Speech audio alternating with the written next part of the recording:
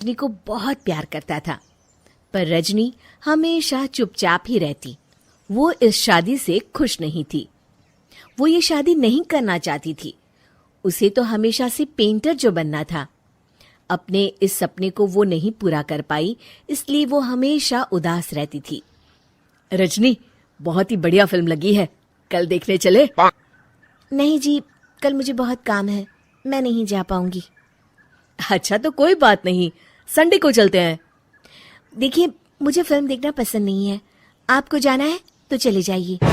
नीरव को मना करके रजनी वहां से चली जाती है और अपने बैग को खोलकर उसमें बंद पड़े ब्रश और कलर्स को देखकर रोने लगती है। रजनी, चलो ना कहीं बाहर खाने चलते हैं, कुछ तुम्हारी पसंद का। जी, मुझे नहीं जाना, मेरी तबीयत ठीक नहीं है। रजनी वहां से चली जाती है। नीरव को समझ नहीं आता कि रजनी उससे इतना दूर क्यों रहती है। वो जब भी उसके साथ वक्त बिताना चाहता है, रजनी कोई ना कोई बहाना बना देती है। एक दिन घर पर कोई नहीं था। रजनी घर का सारा काम जल्दी से खत्म कर लेती है। घर पर अकेले होने के कारण वो सोचती है कि वो आज पेंटिंग करेगी। वो अपने कमरे में जाकर पेंट ब्रशेस और कलर्स निकालकर जैसे ही कलर मिक्स कर रही होती है कि दरवाजे पर बेल बज जाती है। अब कौन आ गया इस वक्त? इतनी मुश्किल से तो मुझे पेंट करने का मौका मिला है। रजनी दरवाजा खोलती है तो उसकी सास अपनी सहेलियों के साथ खड़ी होती है और सब घर के अंदर आ जाते हैं। अरे बहू, सबको शरबत बनाकर पिला दे, बाहर तो बड़ी गर्मी है। उफ। जी। रजनी पेंट ना कर पाने से उदास हो जाती है। उसे गुस्सा भी आ रहा होता है कि उसने इस शादी के लिए हाँ क्यों कह दी। वो रसोई में जा रही होती है कि उसकी सास उसे रोकती है। बहू, सबके खाने का भी इंतजाम कर लेना, आज का लंच तो ये सब यहीं करेगी। हाँ। रजनी बिना कुछ कहे रसोई में चली जाती है। सबके लिए खाना बनाती है। सब खाना खाते हैं और रजनी घड़ी देखती है कि ये सब कब जाएंगे ताकि वो अपनी पेंटिंग कर सके। जब शाम होती है तब सब चले जाते हैं अपने घर। अरे बहू, सब तेरे खाने की तो बहुत तारीफ कर रहे थे, सबको बहुत अच्छा लगा खाना। आपको मुझे सुबह बताना चाहिए था ना कि आपकी सहेलियां आ रही हैं। पता भी है कितना वक्त लगा सारा खाना बनाने में। अरे बहू, तू ऐसे कैसे बात कर रही है मुझसे? तो और कैसे बात करूं? मैं इस घर की कोई नौकरानी नहीं हूं कि इतना काम करूंगी। रजनी अपने कमरे में जाकर दरवाजा बंद कर लेती है। शाम को जब नीरव आता है तो उसकी माँ उसे पूरी घटना के बारे में बताती है। क्या रजनी ने आपसे इस तरह बात की माँ? हाँ, और पता नहीं उसे क्या हो गया है, शाम से बाहर भी नहीं आई है। मैंने तो कई बार आवाज दी, खाना भी नहीं खाया उसने।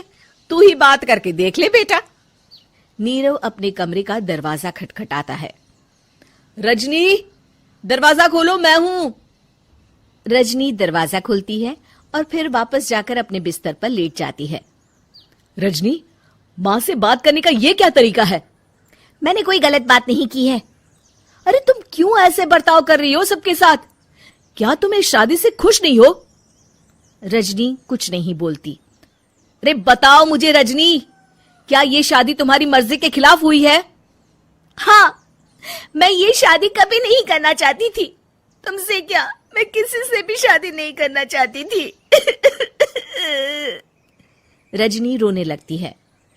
चुप हो जाओ रजनी, बताओ मुझे, तुम क्यों नहीं करना चाहती थी शादी? रजनी बेड के नीचे से अपने पेंटिंग्स, कलर्स, ब्रश, पेपर्स निकालती है। इतने में उसकी सास भी कमरे में आ जाती है। ये देख रहे हो, ये थे मेरे सपने। मैं पेंटर बनना चाहती थी, पर माँ पापा ने कभी सपोर्ट नहीं किया और मेरी शादी करवा दी। मेरे सारे सपने टूट गए। हर वक्त बस गुस्सा आता रहता है मुझे। मैं जानती हूँ कि आप लोगों की इसमें कोई गलती नहीं है, पर मैं क्या करूं, मुझे समझ में नहीं आता।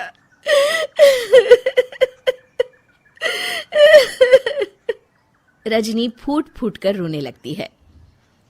मुझे माफ कर दीजिए, आप दोनों के साथ मैं बहुत बुरा बर्ताव कर रही हूँ। अरे रजनी बेटा, चुप हो जाओ तुम। नीरव पानी लेकर आता है। ये लो पानी पियो और शांत हो जाओ। रजनी पानी पीती है और उसकी सास पेंटिंग्स देख रही होती है। अरे नीरव, हमें तो पता ही नहीं था कि हमारी बहू कलाकार है। अरे कितनी अच्छी पेंटिंग्स बनाई है, देखो तो। ये वाली तो मैं अपने कमरे में ले जाऊंगी।